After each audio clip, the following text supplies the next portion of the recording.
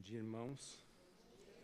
Graça e paz da parte de Deus, nosso Senhor Jesus Cristo.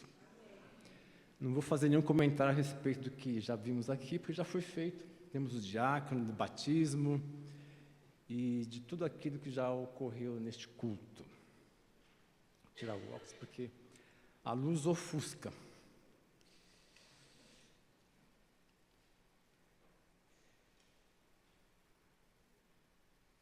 Nós esperávamos que fosse ele o que traria a redenção a Israel. Mas agora, além de tudo isso, é já o terceiro dia desde que estas coisas aconteceram.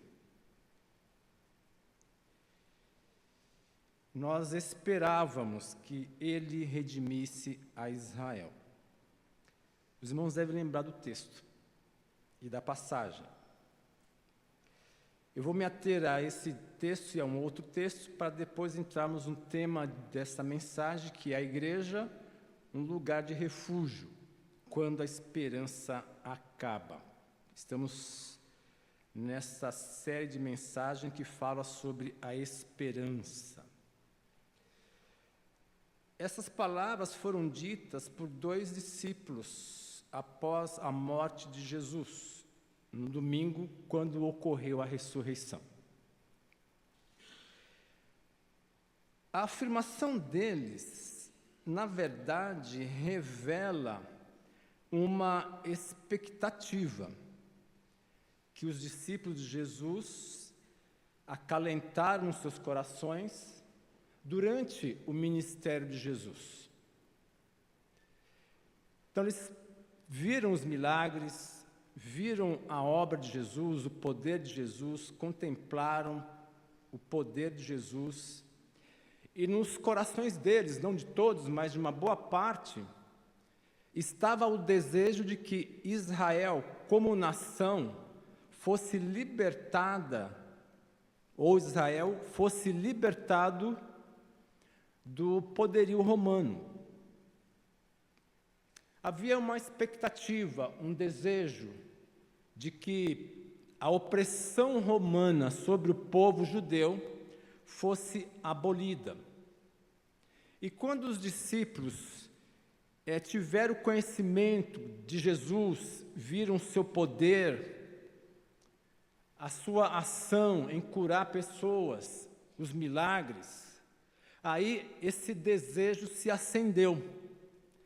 Essa expectativa ficou mais forte.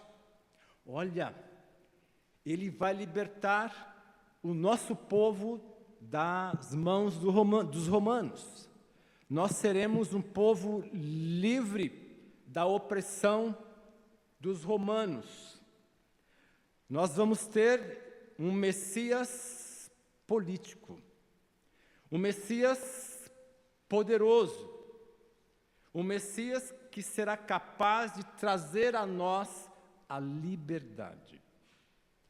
Nós não seremos mais oprimidos pelo grande imperador. Nós não seremos explorados nos nossos bens. Pagaremos menos impostos. A carga tributária será diminuída. Nós esperamos que essa liberdade venha até nós. Não é sem razão que no capítulo 6 do Evangelho de João, quando Jesus multiplica os pães, a multidão se aproximou dele querendo fazê-lo rei. Porque essa era a expectativa, de que, demonstrando seu poder em multiplicar pães e em outros milagres, Jesus pudesse libertar o Israel das garras do Império Romano. Uma esperança colocada no Messias político. Meus irmãos, é uma expectativa grande. Essa expectativa, ou essa esperança, findou-se no momento da morte de Jesus. Quando lemos no texto aqui que eles dizem, eles manifestam seu desejo, a sua expectativa, a sua espera, porque vejam, estar submisso a um governo, a um império, a um Estado totalitário, é difícil, porque implica na cessação de liberdades, implica na exploração, você tem que trabalhar para sustentar esse Estado. E além do mais, eles não tinham liberdade de questionar. Então, ao longo do tempo, essa expectativa foi crescendo. E quando Jesus surge, ela se torna quase que real e verdadeira, entre aspas. Por isso que quando Jesus ressuscitou dos mortos, no terceiro dia, no primeiro dia da semana, esses discípulos, eles saem de Jerusalém e vão para a terra deles, para a cidade de Emaús. E no caminho, eles são instados por Jesus a responder sobre aquilo que eles conversavam. E eles vão dizer: és tu o único que não sabe dos fatos que ocorreram nos últimos dias em Jerusalém? Vale dizer, a prisão de Jesus, o sofrimento de Jesus, a condenação de Jesus e, por fim, a sua crucificação. Então, Jesus ressuscitou, as mulheres foram ao sepulcro, os discípulos, instados pelas mulheres, foram ao sepulcro, constataram que no sepulcro não havia corpo, e esses dois estão voltando para a sua cidade, Emaús. Caminham de mais ou menos uns 10 quilômetros, 11 quilômetros de Jerusalém até Emaús. Então, eles respondem a Jesus: olha, Jesus é assim, assim, assim, assado. Nós esperávamos que ele libertasse Israel. Essa esperança, meus irmãos, findou exatamente no dia da morte de Jesus. Uma esperança que literalmente findou e deu lugar à frustração, à decepção. Nós gostaríamos de sermos libertados do senhorio dos romanos, mas Jesus, o Messias, pelo que ele já fez, era a nossa expectativa, era a nossa esperança, mas ele morreu. O fator morte é um fator muito importante para a nossa vida. Vejam, morte e vida é contraditório.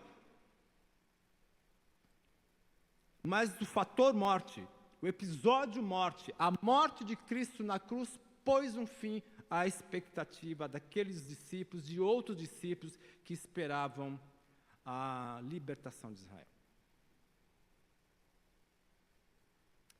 Eles esperavam um Messias político, mas Jesus, a morte de Jesus, pôs fim à esperança. Alguns aspectos dessa expectativa, irmãos: liberdade, não mais estar numa condição de explorados, ter um poder aquisitivo maior. O poder aquisitivo é aquela condição de adquirir coisas. Quando você está submetido a um senhorio, a alguém que impede e impõe a você uma carga muito grande, na qual você tem que despender dos seus recursos para sustentar o Estado. Quando você espera uma libertação disso, você espera também ter um poder de compra, um poder de adquirir. É essa a expectativa do mundo moderno. Quando nós falamos de inflação, o que as pessoas falam, os economistas falam, que o poder aquisitivo dos brasileiros diminuiu. Esse poder de comprar, de adquirir, de ter. E essa é a luta, de modo geral, da maioria de nós, porque nós pensamos na manutenção da nossa vida. E nessa manutenção nós trabalhamos, nós estudamos, nós nos esforçamos, nós lutamos, e nem sempre a expectativa que temos é satisfeita. Então, nesse aspecto e nesse episódio, a expectativa daqueles 2 discípulos manifestada era de que Deus pudesse libertar, por meio do Messias, do ungido de Deus, a nação de Israel. Recentemente nós tivemos a eleição americana, e vendo as redes sociais, as informações, as notícias, 2 grupos, expectativas variadas, umas em um candidato e outras no outro candidato. As expectativas do candidato, colocadas no candidato que perdeu, na candidata que perdeu, foram findadas, terminaram, não foram satisfeitas. Então, colocar expectativa em algo que nós não sabemos se será certo não é uma boa prática. No caso dos discípulos, o fator morte, a morte de Cristo, foi muito decepcionante, foi muito frustrante, porque agora, o que fazer? Quem sabe surja um outro capaz de não morrer. Quem sabe surja alguém de fato que seja o Messias enviado para nos libertar. Porque aparentemente, nós esperávamos que ele fosse o libertador. Esse texto aqui, meus irmãos, fala de expectativas momentâneas, expectativas do ponto de vista de atender necessidades básicas da vida humana. Mas há um outro texto. E aí os irmãos vão, pela leitura do texto, verificar qual é o texto bíblico, pela narrativa do fato. Mandaram as irmãs de Lázaro dizer a Jesus: Senhor, aquele a quem amas está enfermo. Aquele a quem amas está enfermo. Disse Marta a Jesus: Senhor, se tu estivesses aqui, meu irmão não teria morrido. Qual é o texto?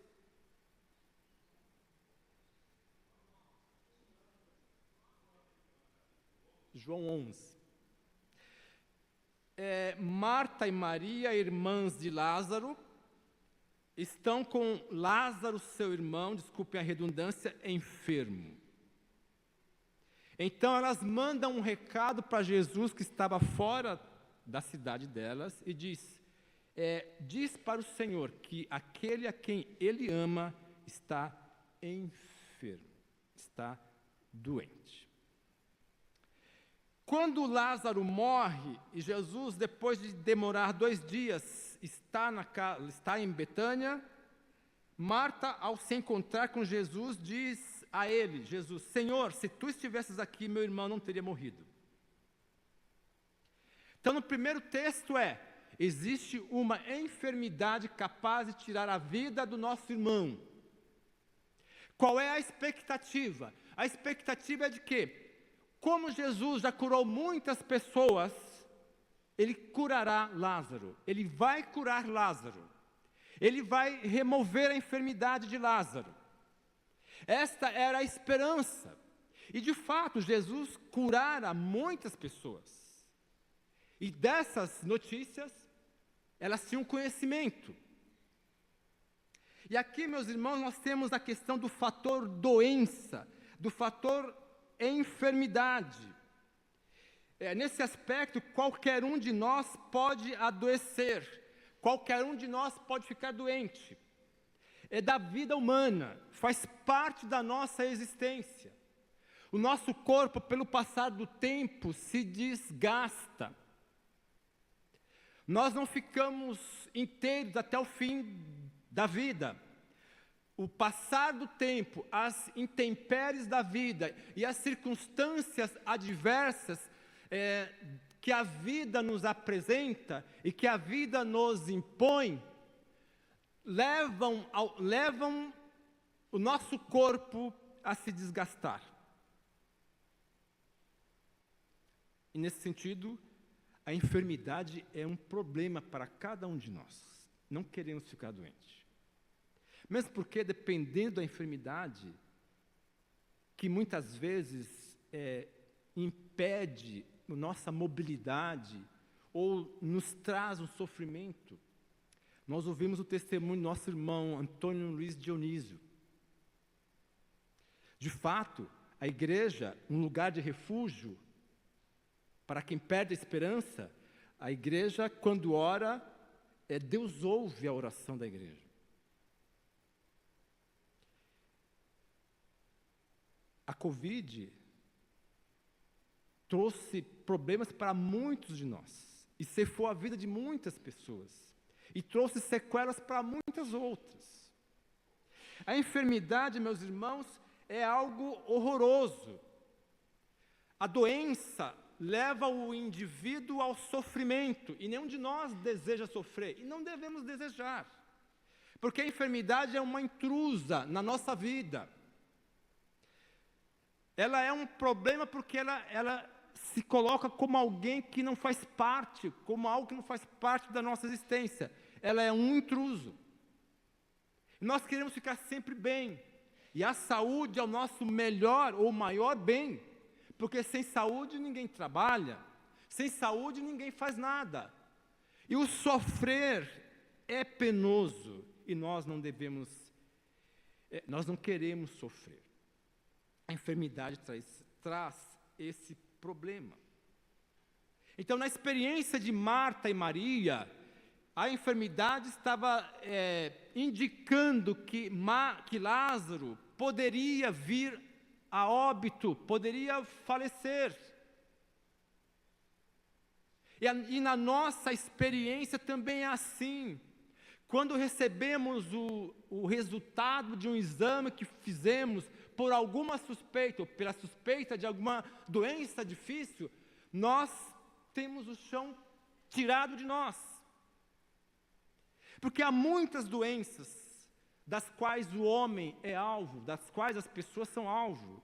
E muitas delas trazem muito sofrimento. Então, o fator doença, o fator enfermidade, meus irmãos, é uma questão muito séria para cada um de nós. E não é sem razão que a igreja é instada a orar para que irmãos nossos que estão enfermos sejam curados por Deus. Esse é o desejo nosso, de que o irmão seja curado, a irmã seja curada, que nós sejamos curados das nossas enfermidades físicas. Porque essas enfermidades nos fazem sofrer. Marta e Maria sabem que Jesus pode curar Lázaro, por isso mandaram um recado. E elas creem que Jesus fará isso. Por isso mandaram avisá-lo. É a nossa perspectiva. Marta e Maria tinham uma perspectiva e esperavam a cura de Lázaro. E é assim que nós fazemos quando adoecemos. E nós devemos esperar a cura, sim. Devemos orar pela cura. Devemos interceder por quem está enfermo. Devemos orar para que Deus manifeste o seu poder e a sua glória na vida de cada um de nós. Devemos manter a nossa energia de modo que possamos abençoar as pessoas.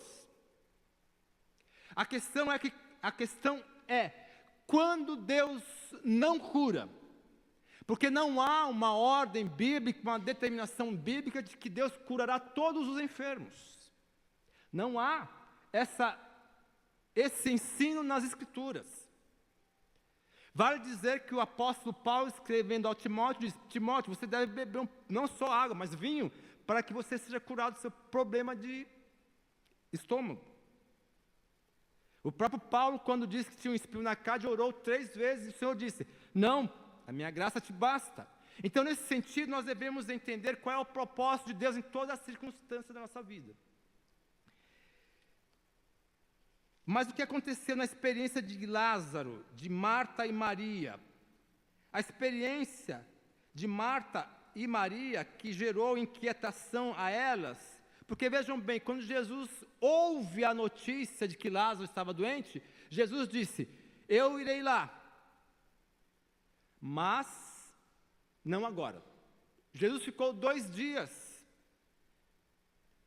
E depois desses 2 dias ele foi até Betânia. Ele foi até Betânia. Há uma ilustração interessante que eu li esses dias, esses últimos dias, de uma pessoa que deu um testemunho sobre a enfermidade. Eu não anotei o nome dele, mas o testemunho está dado. Disse ele, aspas, perdi meu irmão para o câncer de próstata e fiquei sem chão com o mesmo diagnóstico. Testemunho de um senhor de 75 anos de idade. Qual é o resumo? Esse senhor fez todos os exames durante muito tempo da sua vida, os exames que devem ser feitos, aliás, homens, nós estamos fazendo uma digressão, no Novembro Azul. O Novembro Azul é uma campanha para que os homens, a partir dos 50 anos, façam seus exames urológicos para prevenir o câncer de próstata, que é um dos que mais mata os homens. Então, aproveitem, procurem fazer os exames, os diagnósticos para verificar se porventura houver isso e descoberto precocemente possa ser curado. Então, a experiência desse senhor é o seguinte: o irmão dele morreu por causa do câncer de próstata. E ele ficou sem chão quando ele descobriu, mesmo fazendo os exames de prevenção, ele mesmo se descobriu com câncer de próstata. E aí o chão foi tirado. Por isso, perdi meu irmão, câncer de próstata, e fiquei sem chão. Essa é a expectativa, meus irmãos, de quando as coisas acontecem que nós esperamos. E mesmo que nós tenhamos tomado providência nesse sentido. No caso de Marta e Maria, o que aconteceu foi o seguinte: Lázaro morreu. O fator morte. A esperança das irmãs acabou, porque houve o fator morte. Enquanto estava enfermo Lázaro, a perspectiva e a esperança de que fosse curado por Jesus. Quando Jesus se demorou para atendê-las, o fator morte ocorreu. E em correndo o fator morte, a expectativa, a esperança se findou. Não havia mais esperança. Após o óbito, só tem uma alternativa e uma decisão a fazer: é sepultar o morto. É levá-lo ao sepulcro. E foi o que elas fizeram. Enterraram Lázaro. Então, a expectativa da cura de Lázaro foi totalmente perdida. Não foi satisfeita. Então, a esperança que elas tinham em Jesus para que este curasse Lázaro foi completamente terminada. Muitas vezes acontece conosco, irmãos. Nós oramos e a última palavra é Deus quem dá. E nisso há um propósito. Em ambos os textos narrados, as expectativas estavam fora dos planos de Deus. E aqui uma observação rápida. Nós criamos expectativas, nós desejamos algo, nós temos desejos, nós temos expectativas, nós esperamos, nós fazemos planos, nós ansiamos, nós queremos, nós queremos. É isto, é aquilo outro, em outras palavras. Vejam bem, eu não estou dizendo que isso esteja errado, porque nós buscamos uma vida boa, nós buscamos o bem-estar. Aliás, a vida humana se desenvolve nesse aspecto humano. É comida, bebida, vestimento e outras coisas, que permanece, é a manutenção da vida. Que não é errado. Se fosse errado, você não teria dito para Israel: eu vos levarei a uma terra que mana leite e mel. Vocês comerão da gordura dos carneiros. Então, com relação à comida, à bebida, há uma preocupação de Deus em satisfazer isso em nossos corações. No caso de Marta e Maria, no caso dos discípulos no caminho de Emaús, o desejo deles não refletiam a vontade de Deus, os propósitos de Deus.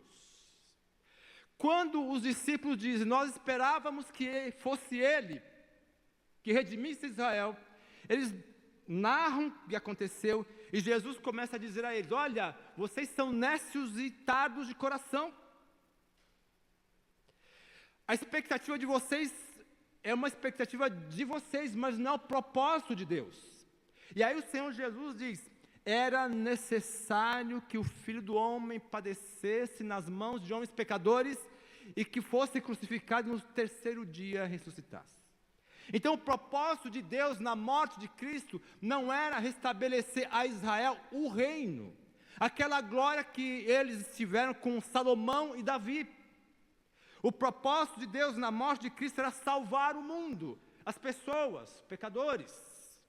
E eles, muito sedimentados, muito não entenderam o propósito de Deus. No caso de Marta e Maria, havia uma expectativa de curar Lázaro naquele dia. Mas quando Jesus responde aos discípulos, ele vai dizer: Lázaro dorme. Eu vou acordá-lo. Mas se Lázaro dorme, ele está bem. Lázaro morreu, o fator morte, como já disse. E Jesus vai dizer que a morte de Lázaro estava dentro do propósito de Deus. Qual propósito? De fazer com que as pessoas crescem em Jesus, crescem que Jesus era o enviado de Deus. Tanto é que quando Jesus está diante do sepulcro, ele vai dizer: ó Pai, graças te dou porque me ouviste. Eu sei que sempre me ouves, mas eu disse isso por causa da multidão que me rodeia, para que creiam que tu me enviaste. Propósito. Aqui, irmãos, uma lição muito clara. Os propósitos de Deus não são necessariamente os nossos propósitos. O fato de desejar a cura de alguém, desejar certas coisas, precisa ser avaliado do ponto de vista do propósito de Deus. Qual é o propósito de Deus para isso? Deus cuida de nós, cuida. Deus nos abençoa, porque a bondade de Deus para conosco é muito grande. Mas nos dois casos, no caso de Marta e Maria, o propósito de Jesus não era satisfazer a expectativa das irmãs. E nem sempre Deus satisfaz as nossas expectativas, o que nós esperamos. Às vezes oramos para que Deus cure uma pessoa de certa maneira, mas o propósito de Deus não é curar de certa maneira, sobrenaturalmente, é de curar de outra maneira, a maneira de Deus. Então não podemos impor a Deus a nossa vontade, o nosso desejo, o nosso querer, mas precisamos ter uma percepção do propósito de Deus, qual seja, de fazer com que a morte de Jesus salve o mundo, de fazer com que a ressurreição de Lázaro contribua para que os seus ouvintes creiam que Jesus é o Messias enviado. Então, nos dois casos, a expectativa, a esperança ruiu. E como é que nós agimos quando a esperança acaba? Para quem nós socorremos? Para quem nós nos dirigimos? Para quem pedimos socorro? O que fazer quando ela acaba? A igreja de Cristo pode ser um lugar de refúgio.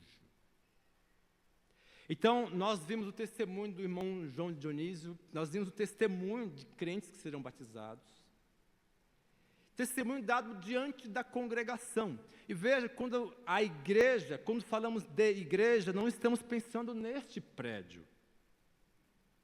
Porque há uma associação muito grande de igreja como prédio. A igreja não é o prédio. A igreja é a comunidade dos salvos. É a comunidade dos salvos, amados de Deus, santificados em Cristo, chamados irmãos e fiéis em Cristo. A igreja é o povo de Deus comprado com o sangue precioso de Jesus. A igreja é a congregação dos remidos. É a congregação daqueles que foram chamados do mundo, tirados para fora, Kalel, chamados de dentro para fora, para constituir um povo escolhido de Deus. Então, quando pensamos em igreja, na congregação dos remidos, estamos pensando numa comunidade que foi salva, comunidade composta de pessoas salvas, redimidas, compradas pelo sangue de Jesus e que são amadas de Deus, santificadas em Cristo, chamados de irmãos e fiéis em Cristo. Então, a igreja, nesse sentido, se torna para nós um refúgio, porque nós temos tudo em comum. Fomos salvos pelo mesmo Senhor, purificados pelo mesmo sangue, libertados pelo mesmo Espírito, selados pelo mesmo Espírito, colocados neste corpo pelo mesmo Espírito. Então, a comunidade cristã é a comunidade comprada com o sangue de Jesus e que constitui o povo de Deus. É assim que Paulo se dirige às igrejas, quando escreve para Corinto, Filipenses, Colossenses, Tessalonicenses. A igreja de Deus que está em tal lugar, em tal cidade. E a igreja se reúne em qual lugar? A igreja se reunia no tempo de Paulo, nas casas. Começou no templo. Começou na sinagoga. Mas a igreja se reunia. A igreja de Filipos iniciou-se à beira da estrada. Então, a comunidade, meus irmãos, não é o lugar que determina, não é o prédio.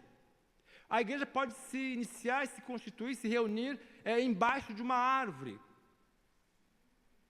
Onde houver 2 ou 3 reunidos em meu nome, ali estarei. A igreja se compõe de gente salva por Jesus. Então, nesse sentido, a igreja é um lugar de refúgio. Porque todos comungamos da mesma fé, do mesmo Senhor, servimos o mesmo Senhor, louvamos o mesmo Senhor. Em segundo lugar, a igreja é um lugar de refúgio porque é a comunidade a qual foi concedido o privilégio de nascer de novo. Quando o apóstolo Pedro escreve a sua carta, ele vai dizer o seguinte: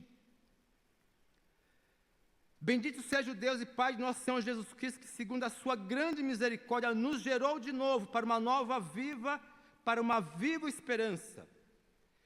E ele diz, tendo sido regenerados, não de semente corruptível, mas da incorruptível, pela palavra de Deus, a qual vive e permanece.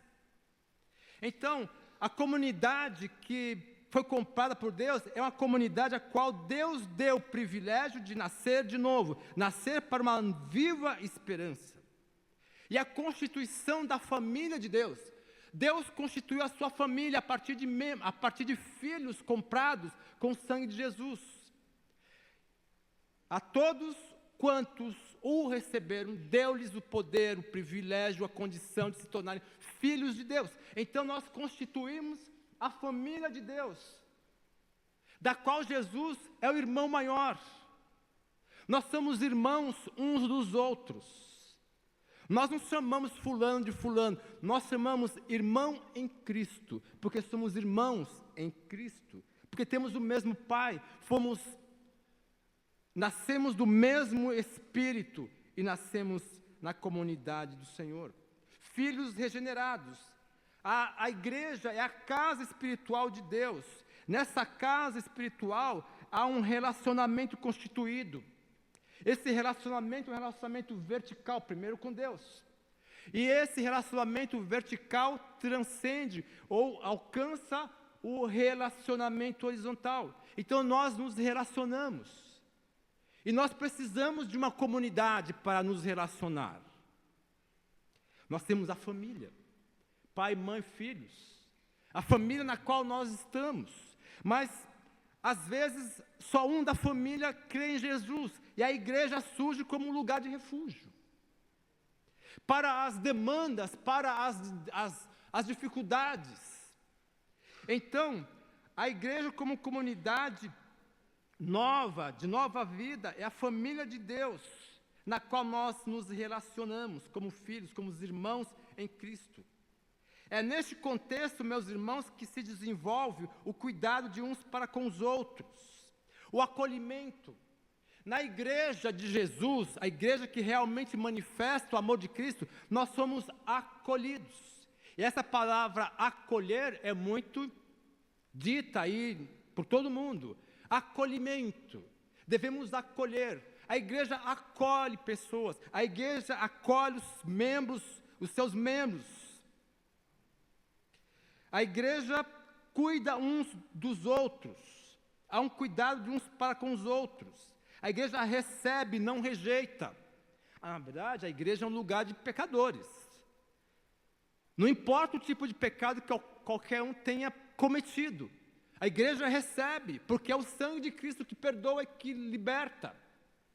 Não há pecado que não possa ser perdoado. Se Deus perdoou alguém, quem somos nós para não conceder o perdão?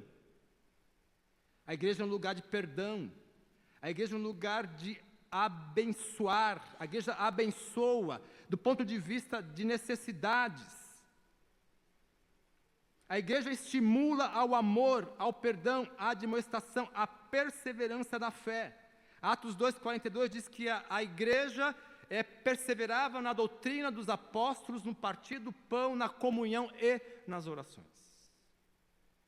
De modo que, meus irmãos, quando a esperança acaba, nós vamos recorrer para alguém, recorremos à família, mas nem sempre a família está em condições de ajudar, porque a própria família se encontra em dificuldades. Recorremos ao povo de Deus. Ao povo de Deus. Para adiantar, nesse mesmo texto, o apóstolo Pedro diz que a comunidade a qual foi concedido nascer de novo, foi concedido nascer de novo para uma viva esperança. A igreja nos ajuda a perceber que aquela esperança que acalentava o meu coração pode ser traduzida em uma nova esperança. E a esperança que a igreja ensina e prega não é uma esperança que se atém ao aqui e agora somente, mas é uma esperança que transcende o tempo e o espaço, de modo que a morte não é o último problema. Aliás, a morte não é o fim de tudo para o crente em Jesus. A igreja prega que a esperança transcende a eternidade, ou transcende o tempo e o espaço, porque é uma esperança viva, em contraste a uma esperança morta, fundamentada em futilidades. E aí nós precisamos avaliar as futilidades da vida e entender o que é mais importante para a nossa existência. Nós existimos por uma razão. Não é para a satisfação dos nossos desejos. Não é para a manutenção da nossa própria vida. Vejam que nas Escrituras há um ensino muito claro a respeito da importância da vida humana. Do ponto de vista do relacionamento com Deus. Nós nos relacionamos com o Senhor da glória. E a nossa esperança mesmo deve estar firmada naquele que tem poder não só para curar, dar vida física, mas aquele que tem poder para nos dar a glória eterna. Vejam, nós vivemos um mundo de sim e não. Nós vivemos no aqui, no agora, tentando satisfazer as nossas necessidades. Mas nós precisamos entender que há um mundo que nos espera. E que a nossa vida aqui não termina. Então, a igreja é um lugar de refúgio, meus irmãos, porque ela tem uma esperança baseada na experiência com Deus, como diz Pedro. Ele nos gerou para uma viva esperança. 1 Pedro capítulo 1, verso 3, 4 e 5. Para uma esperança e uma herança incorruptível, incontaminável e imarcessível, guardada nos céus. Essa expressão de esperança está em vários textos do apóstolo Paulo. Os irmãos poderão ver depois em Colossenses, Filipenses, capítulos 1. Então, na igreja, nós temos uma esperança que não é morta, que não está fundamentada em futilidades, coisas atenentes a esta vida. O que nós temos, meus irmãos, é uma perspectiva de eternidade, em que pese o fato de a nossa vida ser efêmera, a vida humana ser efêmera, passageira, a nós foi concedido o privilégio de experimentar a imortalidade. Então, devemos nos preocupar com a imortalidade, com a eternidade. Nós temos essa perspectiva de eternidade quando estamos pensando em igreja. A igreja de Jesus é essa igreja que atravessará os séculos, até a volta do Senhor. E por fim, a igreja é um lugar de refúgio quando nós perdemos a esperança, aquela que nós colocamos, porque tem liberdade de entrar na presença de Deus. Hebreus 4:16, ele diz o seguinte: tendo, pois, confiança, cheguemos, pois, com confiança ao trono da graça, para que recebamos misericórdia, achemos graça a fim de sermos socorridos no momento oportuno. No capítulo 10, versículo 19, ele vai dizer: portanto, irmãos, tendo a ousadia para entrar no Santo dos Santos, pelo sangue de Jesus, pelo novo e vivo caminho que ele nos consagrou pelo véu, isto é, pela sua carne, e tendo grande sacerdote sobre a casa de Deus, cheguemos com verdadeiro coração, com plena certeza de fé, tendo o coração purificado da má consciência, o corpo lavado com a alma limpa. Hebreus 10, 19-25. A essa igreja que foi dado o privilégio de nascer de novo, de constituir uma família de Deus, o Senhor concedeu o privilégio de entrar na sua presença, no trono da graça de Deus, no Santo dos Santos. Por qual motivo? Porque é um sacerdote eterno, Cristo. Cristo é o sacerdote que intercede por nós junto a Deus. E Ele intercede por nós para levar diante de Deus as nossas dificuldades, os nossos problemas, as nossas angústias, as nossas inquietações. Nós podemos, pela igreja, nós podemos entrar na presença de Deus. À igreja foi concedido isso, e a cada um dos membros. A oração é um poderoso instrumento concedido à igreja. Atos 4:24 narra o fato de quando os apóstolos foram presos do Sinédrio, eles voltaram dando um relatório, e diz o texto por Lucas que a igreja estava orando. E quando eles terminaram de orar, o lugar onde eles estavam tremeu. Em Atos 12:12 narra a libertação de Pedro quando foi preso por Herodes. Pedro foi libertado da prisão por um anjo, que a ele apareceu de noite. E quando Pedro volta, diz Lucas, a igreja estava em oração. A igreja reunida em oração, meus irmãos, dá suporte para a nossa vida, para a nossa luta espiritual diante de Deus. Então, quando a igreja se reúne em culto público, quando a igreja está reunida para adorar a Deus, glorificar a Cristo e manifestar a graça de Deus por meio do Espírito Santo que habita em cada um de nós, a igreja recebe poder. E nós somos abençoados por esse poder. Porque na medida em que a igreja está diante de Deus em oração, ela está colocando diante de Deus a sua fraqueza e a sua incapacidade de resolver certos problemas. Quando a igreja intercede por pessoas que estão nas garras de Satanás, o Espírito Santo e a obra de Deus trabalham para que essa pessoa seja libertada. Então, quando pai e mãe pedem para que a igreja ore pelo seu filho que está sob o domínio das drogas e outras coisas, A igreja ora e Deus pode libertar por causa da intercessão da igreja. Então, a igreja, comunidade, que tem liberdade para entrar na presença de Deus, é uma igreja em que nós podemos nos refugiar.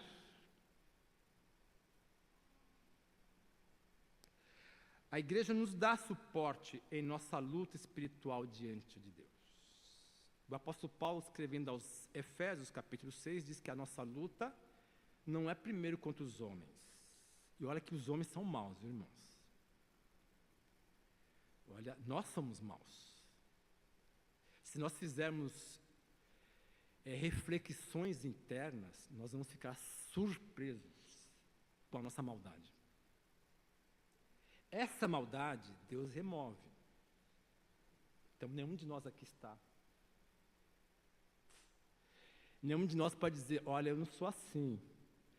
Mas se os irmãos forem sinceros e honestos, se os irmãos fizerem essas reflexões internas, os irmãos se darão conta de que o homem velho ainda continua dentro de nós de forma plena. Daí a nossa luta, que Paulo diz, a carne luta contra o espírito contra a carne. É por essa razão, meus irmãos, que às vezes na igreja, a gente vê muitas coisas que nos... como posso dizer?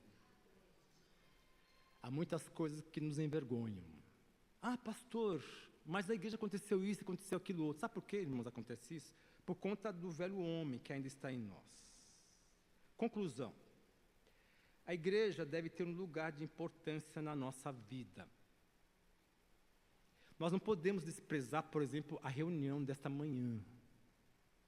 Nós estamos aqui hoje, agora, estamos terminando o culto, a reunião pública, em que saímos das nossas casas, viemos até aqui, para o templo, onde a igreja se reúne. Esta igreja, a Igreja Batista Betel, é essa comunidade. Então, sou membro do Vitor, da irmã Sônia, do pastor Fernando, da irmã Shirley. Nós somos membros uns dos outros. Esse privilégio, Deus nos concedeu esse privilégio. Isso é igreja. A igreja tem sérios problemas. Mas essa é a igreja de Deus. Você pode pensar, pastor, existem os crentes desigrejados. Os irmãos sabem disso, né? Decepcionados com a igreja, com liderança da igreja, decepcionados com os crentes, talvez expectativas erradas em relação à igreja. Mas esta é a igreja de Deus. Deus não permitirá que ela seja destruída. Nós não conseguimos viver a vida cristã, irmãos, isoladamente. Nós precisamos da igreja local. Precisamos nos envolver. Desenvolver os dons. E, por fim, a igreja nos permite pertencer. Eu pertenço a esta comunidade. Eu preciso amar os irmãos. É um desafio. Preciso perdoar. Preciso conter as minhas reações. Eu sou muito reativo.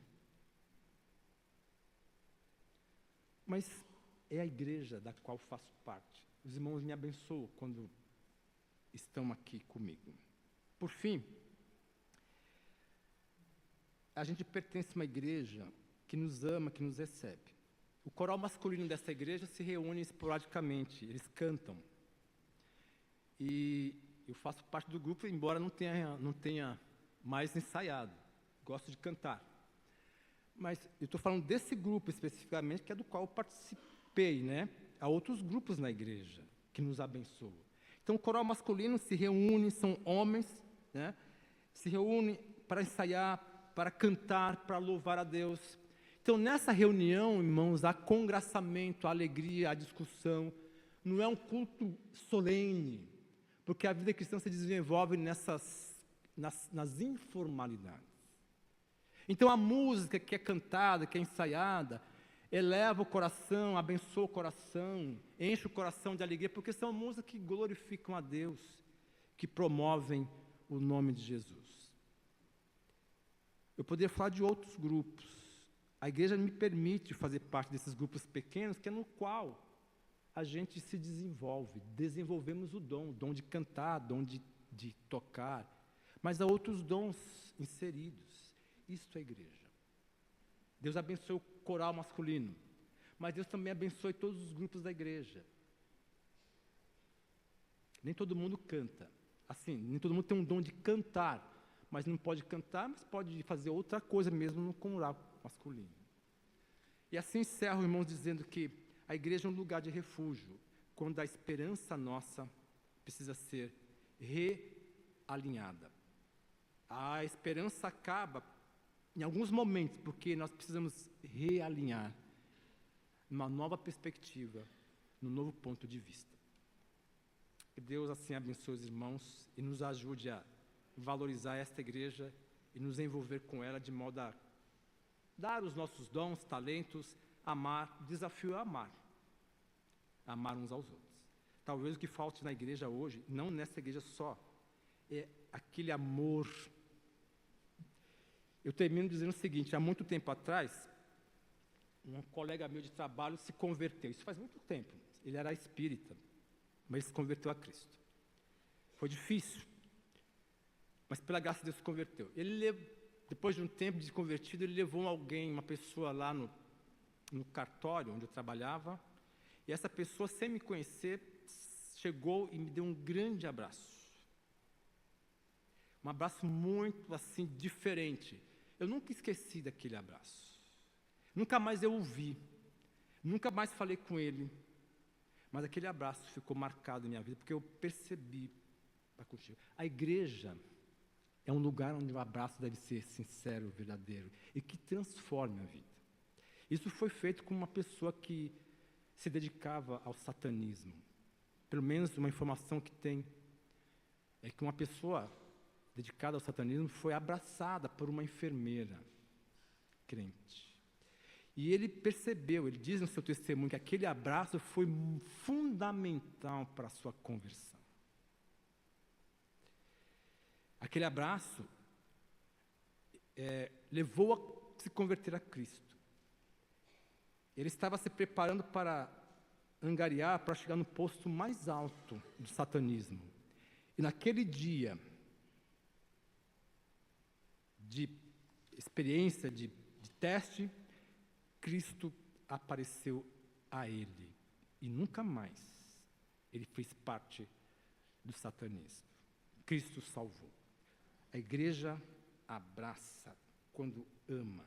Então, há aspectos negativos? Sim, há aspectos positivos. A igreja é um lugar de refúgio. Que Deus assim nos abençoe.